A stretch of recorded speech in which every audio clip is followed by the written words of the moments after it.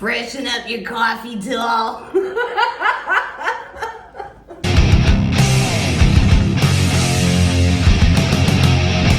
Okay, so I saw this meme online and so I didn't know this was actually a thing, but people get their famous recipe engraved on their grave. That is so freaking good. I think it's amazing because one, it's baking from beyond the grave, and two, it's carrying on like their recipe and their tradition. It's a way of keeping them alive. So I absolutely love it. So I'm going to make these peanut butter cookies, the grave cookies, and it would be a grave error if I didn't.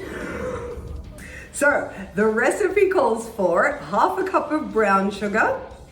We've got half a cup of white sugar.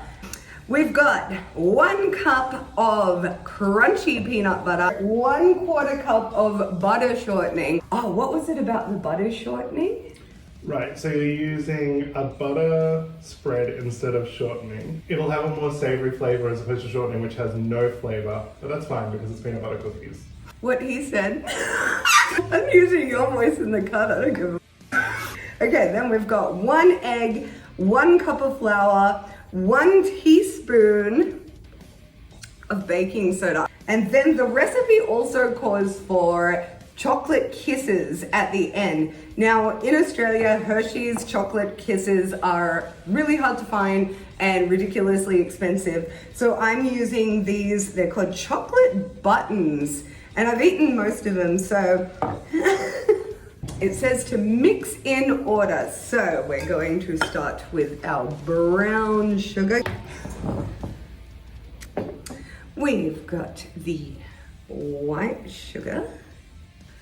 So I'm just gonna mix those 2 sugars together because that seems like a great idea.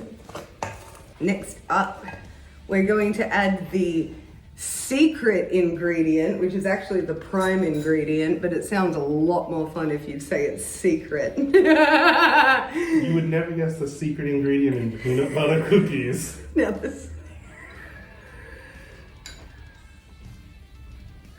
Okay, so we're putting in the secret ingredient, which is peanut butter. Okay, next I'm gonna put the butter in. Then we're gonna do the egg. Then we're gonna add the 1 cup of flour. I'm going to sift it in,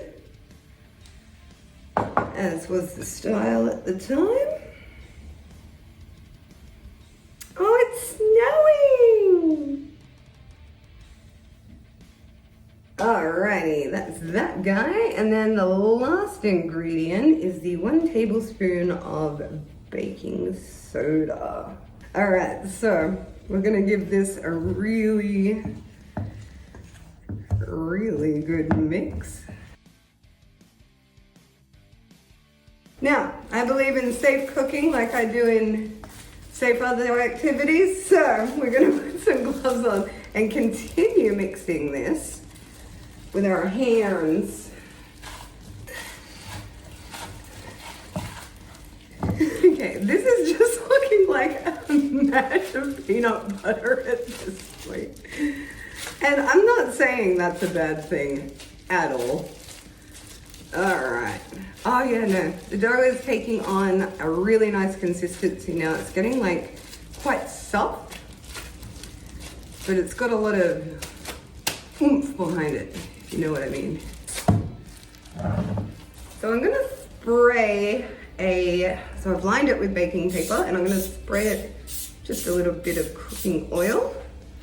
So it says to roll into balls and then to roll into the sugar. About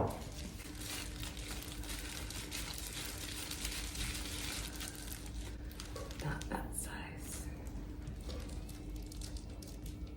Like donut ball size. Okay, then we're going to roll it in the sugar. Now, this is the technical part. We're meant to cross mash with a fork. Oop. I want it to keep it shaped so That's looking pretty good. All right, this is looking awesome. I'm actually really excited to try these because you can see we're starting to take on this really cool kind of pattern and shape. So I'm very excited to see where they go. All right, we're gonna continue ballsing up this operation.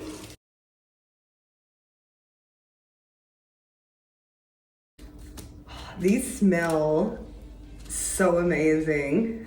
But what's the secret ingredient in peanut butter biscuits? Baking soda. So now the recipe calls for it at like 300 and something degrees, which of course would be Fahrenheit. We don't do Fahrenheit here, we do Celsius. So we've preheated the oven to 180 degrees and we are ready to put them in.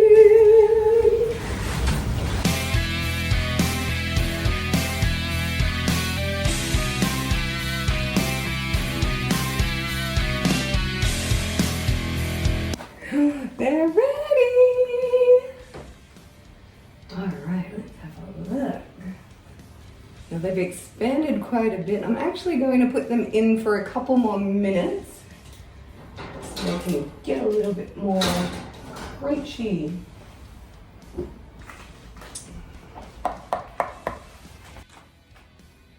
Oh, look at that! Now it says to put on the chopped kiss while they are still warm. I have a sneaking suspicion these are going to firm up as they start to cool. But we'll see how we go. They're looking awesome. I think with the next batch we'll go a little smaller, but these look amazing. Oh my god, I can't wait to try them!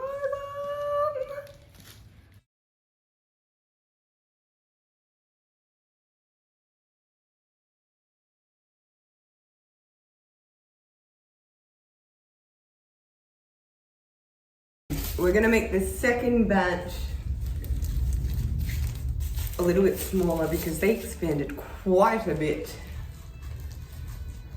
So I'm literally gonna take about half. Half of what I did before. Small balls.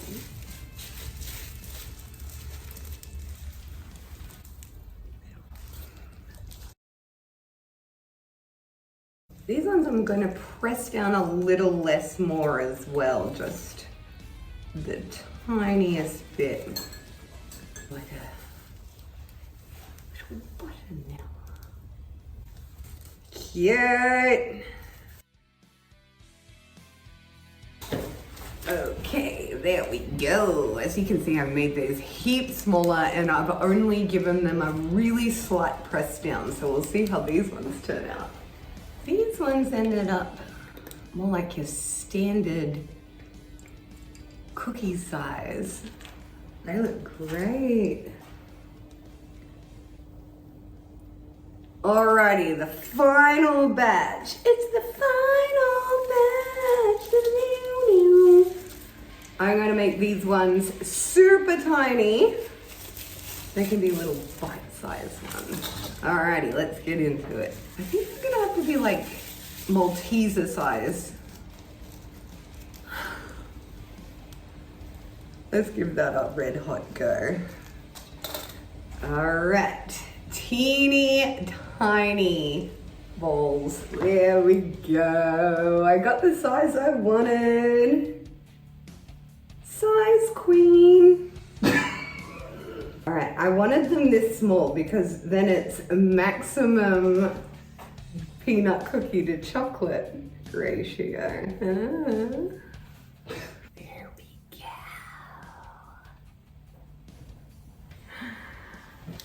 Okay, finally it is taste testing time. All right, I think the little ones are going to still be the warmest, so I'm gonna try one of these. I'm so excited.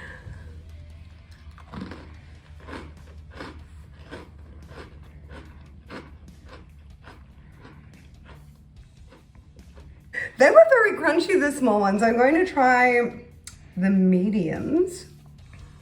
the middies, if you will. Oh, as they cool down, they get quite a lot crunchier. So I'm definitely going to try it with the chocolate bit.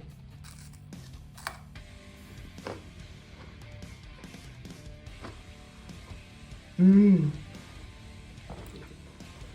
Okay, I know they're exactly the same, but I probably like them inside. Look, I'm just going to have to for science. And you know me, I'll do anything for comedy or science. Alrighty, so these ones the bigger ones seem to have stayed a little bit softer in the middle. All right, let's give it a whirl.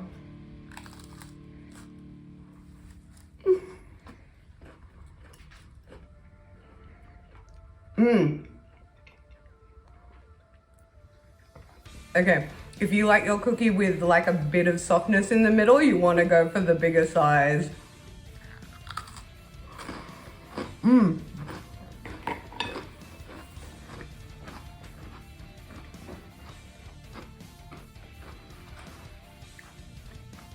They're amazing. They're so Moorish. The only thing, if you wanted to make it a little bit fancier, I would probably add, I think this is a very Australian thing as well. I would add a little bit of golden syrup in and it would just give it a little bit of a pop. But these are amazing and oh my God, they made so many. Cool, we done? We're done. All right, let's eat.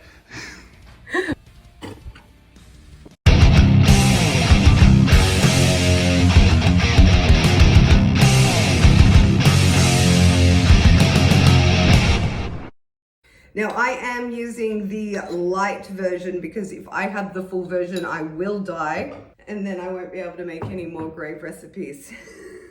I'll have to come up with my own.